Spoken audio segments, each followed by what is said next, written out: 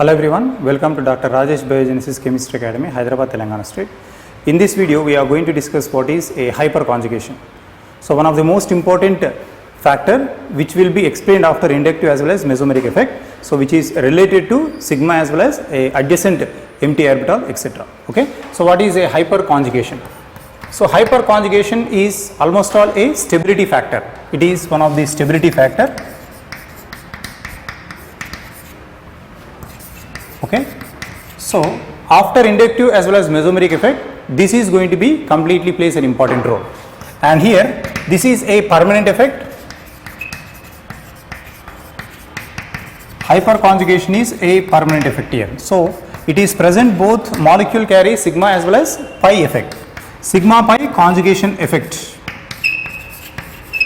Hyperconjugation we can also say sigma pi conjugation. So, inductive related to only sigma, mesomeric related to only pi, but hyperconjugation is a factor which is related to both sigma as well as pi. So, both sigma electrons as well as pi electrons under conjugation, that is why it is called sigma and pi conjugation. So, it is completely proposed by Baker and Nathan, that is why it is also called Baker-Nathan effect. Hyperconjugation is proposed by Baker and Nathan, also known as Baker-Nathan effect. Okay. So, here see this one, definitely a alpha CH is required, which is conjugate with a adjacent empty orbital, okay, otherwise a half filled p orbitals or antibonding pi p orbitals are required. Okay. So, here a molecule which carry unsaturation carbocation, definitely alpha CH sigma electrons. Okay. So, alpha CH sigma electrons involved in resonance. So, this is also one resonance effect here. But what happens, see, if you go through mesomeric effect, only sigma is involved in inductive, but pi involved in mesomeric effect, but here sigma as well as pi both are involved in resonance. So, alpha CH sigma electrons involved in resonance with the help of a adjacent, okay, definitely there is a adjacent empty orbital is required, empty, otherwise partially filled p orbitals, okay. So, partially filled pi orbitals, otherwise we can take antibonding p orbitals. I am taking a antibonding p orbitals. So, this particular empty orbital, partially filled pi orbital as well as antibonding p orbitals, if they are conjugate with this alpha CH, then only there is a resonance is expected between sigma electrons as well as adjacent empty orbital. Okay. So, that empty orbital may carry a pi electron even, only single pi electron, that is also involved in hyperconjugation. So, I will explain the sigma pi conjugation, also called hyperconjugation. See, carbon carry hydrogen and here hydrogen and here one more hydrogen. Now, see this carbon, I am writing a carbocation like this. This is represented with a positive charge. Now, this is alpha, carbocation first carbon. Carbocation first carbon is called alpha and this is alpha CH. Okay. And even we can take a double bonded carbon. See, this is a double bonded carbon. Now, double bonded first carbon is called alpha and this is alpha CH. Okay. And even we can take a alpha carbon which is attaches to carbon carbon triple bond. See, a triple bonded first carbon is called alpha carbon, to this hydrogens are attached, they are called alpha hydrogens. Okay. And even it can also applicable for a radical, radicals also involved in this reaction. See, free radical attached to first carbon is called alpha carbon attached hydrogens are called alpha hydrogen. So, this alpha carbon hydrogen involved in resonance. Now, here 3 alpha hydrogens are there, 3 alpha hydrogens are involved in resonance, and here also see alpha carbon hydrogen and see this even. Now, even benzene pi adjacent to hydrocarbon part, see benzene attaches to carbon, this is called alpha carbon, and see this is alpha CH, this is also involved in resonance with this. And even carbonyl compounds, I am taking a carbonyl compound, C double bond OH like that. Now, this alpha carbon attaches to hydrogen, alpha CH, here also alpha CH involved in resonance. So, you can participate in resonance like this. Okay. Now, see, I will show how it is participates in resonance. Now, if I take a carbocation, this is carbocation, carbocation adjacent there is a positive charge is present. See, this positive charge is stabilized by a high energetic sigma electrons which are adjacent to this. So I am saying this is adjacent to this one, this is alpha carbon, and here it is alpha hydrogen. How many alpha hydrogens are present? 3 alpha hydrogens are present. Okay, you can take these 3 sigma electrons. Now sigma electrons are using this adjacent sigma bond, and here this electron is going to be transferred here. So it is a symbol similar to resonance symbol we are going to use for hyperconjugation. So this carbon hydrogen, next here already single bond is present. Now if this electron is added here, now what happens? Already this carbon having an electron, now this electron is going to be added here. Okay, now positive charge will be disappear, and that will develop a double bond, and hydrogen is losing proton and forms a H plus. Okay, and here there is a no bond between, hydrogen never goes from that particular place, only they loses sigma electrons, and this hydrogen and carbon initially there is a bond, but right now after contributing in resonance there is no bond between carbon and carbon. So that's why it is also called no bond resonance. One more name is also there, it is a no bond resonance. Okay, now here how many alpha carbon hydrogens are there? 1, 2, 3. 3 alpha carbon hydrogens are there. First time this hydrogen, next this, and this, total 3 hyperconjugations are possible. Okay, 3 hyperconjugations are possible in this one. Suppose if I take a carbon, and here this is a carbocation. Now how many alpha hydrogens are present? Here alpha carbon, here alpha hydrogen, this is carbon. Now what happens? See, this bond will migrate here. So if this bond is migrates, now carbon and here CH2 and here hydrogen, and this is H plus. So how many hyperconjugations?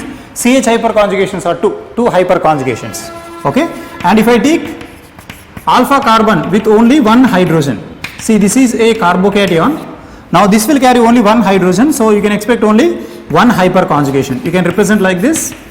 Now carbon carbon double bond, and here followed by CH2, and here you may get H plus. So you will get only 1 hyperconjugation. Okay, you can also explain even for double bond even. Double bond stability also completely explained by this one. As number of hyperconjugation increases, stability increases. So the key aspect in this one is hyperconjugation directly proportional to stability. Greater the stability, greater will be the hyperconjugation. Okay, even for double bond also we can write it like this. See, here carbon hydrogen, now carbon carbon double bond I written. See, this is alpha carbon. Now if this bond migrate here, it will transfer like this. Now see, sigma electrons and here conjugate with this pi electrons. Sigma electrons are disturbing the pi electrons. Okay, so that's why this is called sigma pi conjugation. Now here carbon and here hydrogen, you will get double bond, and see this will carry CH2 minus, and here you may get H plus. Now the sigma electrons disturbing this pi electrons. Indirectly this double bond is get stabilized by alpha carbon which carry 3 hydrogen. So this kind of resonance, next time this hydrogen, next this hydrogen, total 3 hydrogens will get this kind of structure. So you can expect 3 hyperconjugations like this. Okay, so these hyperconjugations are further classified into 2 types. 2 types of hyperconjugations are expected. First of all is sacrifice hyperconjugation. Okay, next one is isovalent hyperconjugation. Sacrifice hyperconjugation. Sacrifice hyperconjugation nothing but one bond is going to be disappear after hyperconjugation.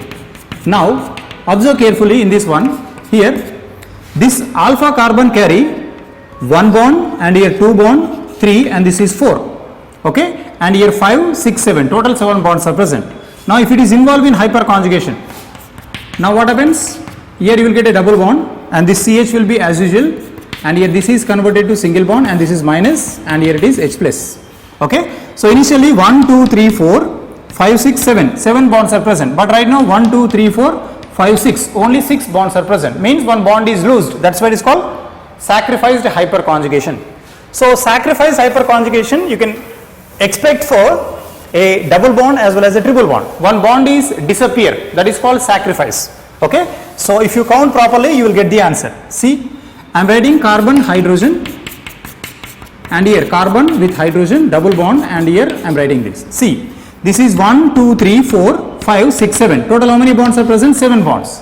And if you count here 1, 2, 3, 4, 5, 6, only 6 bonds are present. So one bond is disappears, that is called sacrificed. sacrifice hyperconjugation. Next is isovalent hyperconjugation. What is isovalent hyperconjugation? Isovalent hyperconjugation nothing but when sigma electrons involved in hyperconjugation, okay, then total molecule initial and final total number of bonds are remain same, okay, that is called isovalent hyperconjugation. Carbon hydrogen, I am writing CH2 plus. Now this carbon having sigma electrons, so total number of bonds are 1, 2, 3 and this is 4, and here 2 hydrogens are present. The 2 hydrogens I am writing like this, 2 hydrogens, so total you may expect a 5 as well as 6, total number of bonds are 6. Now if it is involved in hyperconjugation like this, now hydrogen is loosed and here carbon having 2 bonds and here one more bond is present, and if you count the total number of bonds here, 1, 2, this is 3 and this is 4 and this is 5 and finally that is 6, total number of bonds are 6. So here isovalent initial and final, before participating hyperconjugation, after participating hyperconjugation, number of bonds are remains same. This is applicable both for carbocation as well as free radical. See, this is a free radical, you can also expect isovalent hyperconjugation. Now carbon hydrogen, now this is one more hydrogen like this, this is stability factor, okay. So here and here number of bonds are remain same, okay.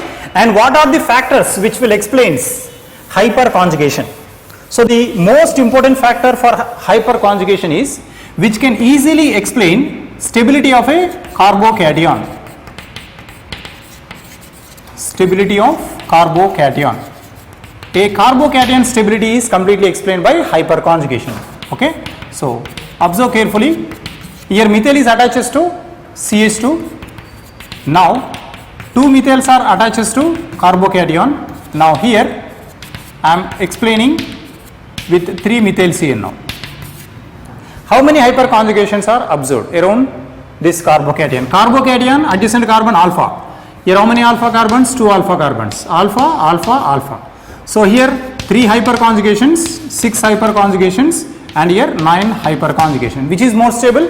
As number of hyperconjugation increases, stability also increases, okay. So that is first application. Now I am showing how to identify the stability of this one. See, this is a molecule with respect to this, which primary carbocation is more stable. See, this is alpha carbon with 2 hyperconjugations, alpha carbon with 1 hyperconjugation, which is more stable. As number of hyperconjugation increases, stability increases. So first one is more stable than second one. So we can also explain stability of a radical, okay. We can also explain stability of free radical. Free radical stability also remains same, okay. We can also explain bond length. Bond length is also completely affected. See, single bond is converted to double bond is starts converting into single bond. That's why bond length is also completely affected by this one, okay. We can also explain reactivity, okay, reactivity of alkyl benzene. Reactivity of alkyl benzene also completely explained here. See, this is one which is having a benzyl, okay. Now here halogen is present. Now I am taking a pyridine. Pyridine want to react on this particular carbon, okay. So now your answer will be R is directly attached to this benzene. Now this CH2 connected to nitrogen and here this will be the one. So what is the rate of reaction? What kind of groups are present over here? Suppose see, if methyl is present, reaction is very fast as compared to ethyl. See, this is ethyl. Next here followed by isopropyl. If isopropyl is present, reaction is very slow. Finally see, it is very slow as compared to tertiary butyl. Okay, tertiary butyl is finally very slow over here. Suppose see, if I substitute methyl, reaction is very faster. Okay, why? Because it is giving 3 hyperconjugations are possible. So when benzene carry methyl, hyperconjugations are very high as compared to ethyl. So as number of hyperconjugation increases, generally what happens is stability increases. Okay, when stability increases, definitely see molecule is found to be more and more stable. Okay, so 3 hyperconjugation means pi electrons are more influenced. So finally this is more reactive. If R is methyl, reaction rate is very fast as compared to ethyl, isopropyl and here tertiary butyl. But see, which is the strongest inductive group here? This one is strongest inductive. This is strongest inductive group, but this is the strongest hyperconjugative group. Okay. So based on this, we can also explain heat of hydrogenation. Hyperconjugation also explain heat of hydrogenation. Heat of hydrogenation means if olefin is unstable, whose heat of hydrogenation is very high. Okay. Suppose see, if I take methyl group attaches to carbon-carbon double bond, now this is CH2 like this. Between these two, which is more stable? Okay. So this is more stable, this is unstable. Okay. So we can say delta E, heat of hydrogenation of second one is greater than first one. Why? Because here first one double bond attaches to alpha carbon which having a 3 hydrogen. So here you may expect a 3 hyperconjugations and here no hyperconjugation. And if you go through stability, which is more stable among these two? Okay. So we can say first one is more stable as compared to second one. First one is more stable as compared to second one. If first one is more stable, whose heat of hydrogenation is very less. So finally we can say heat of hydrogenation delta E.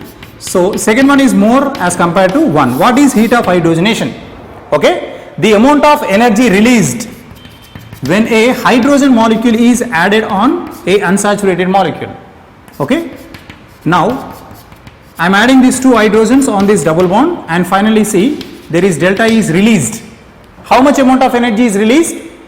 This is depends upon this stability. If this molecule is more stable, after adding hydrogen you will get less energy. This is unstable, you get more energy. So between these two, due to hyperconjugation, this is stable, this is unstable. So this is gives high heat of hydrogenation as compared to first one. First one is more stable, second one is less stable. So like that we can explain even heat of hydrogenation in this one. Okay. And see, very important one, the molecule carry dipole moment. Dipole moment also completely explained by hyperconjugation. Mu is called dipole moment. Mu is equal to C into D. Okay, so into D, charge and followed by distance between the two bonded atom. Okay, so dipole moment of this is a aldehyde having no hyperconjugation. Why? Because formaldehyde adjacent there is no alpha carbon, no hyperconjugation. So here we can say 2.20 mu. D is equal to 2.20 mu, and I am taking a CH3 C double bond O H. Now what about mu here? Mu value is 2.72 D. Okay, D by units we can also write directly. So 2.20, that is D by unit, mu value, sorry, it is 2.70 D. Now in this case there is no hyperconjugation, alpha carbon is not present, but here hyperconjugations are possible. Why? Because this carbon carry 3 alpha hydrogens, C double bond O like this. Okay. So here this pi electrons are completely transferred to oxygen. So when they transfer to oxygen, oxygen carry negative charge, means more displacement is observed. When greater the displacement, have a tendency to displace these pi electrons on oxygen more effectively, whose stability will be very high. See here carbonyl carry partial negative and this is partial positive. But this partial negative is supported by this carbon hydrogen bonds. Now here it is more hyperconjugation. So as hyperconjugation increases, dipole moment also increases. Okay. At the same way, see this carbon, this sigma electrons are stabilizing. Okay. This carbon is stabilized by adjacent carbon hydrogen sigma electron. So this is less deficient and this is more deficient. So between aldehyde, formaldehyde and acetaldehyde, which is more electron deficient? This is more electron deficient. Why? Because no hyperconjugation, but here 3 hyperconjugations are observed. Okay. So that is about hyperconjugation, that is about this class. So hope you will understand the concept of hyperconjugation. Such type of advanced level reactions we will upload regularly. Try to like, subscribe our channel and put a comment what you understand and what you want about our classes. Okay. Thanks for watching this video. Thanks for our regular class supporting. Okay. Thank you.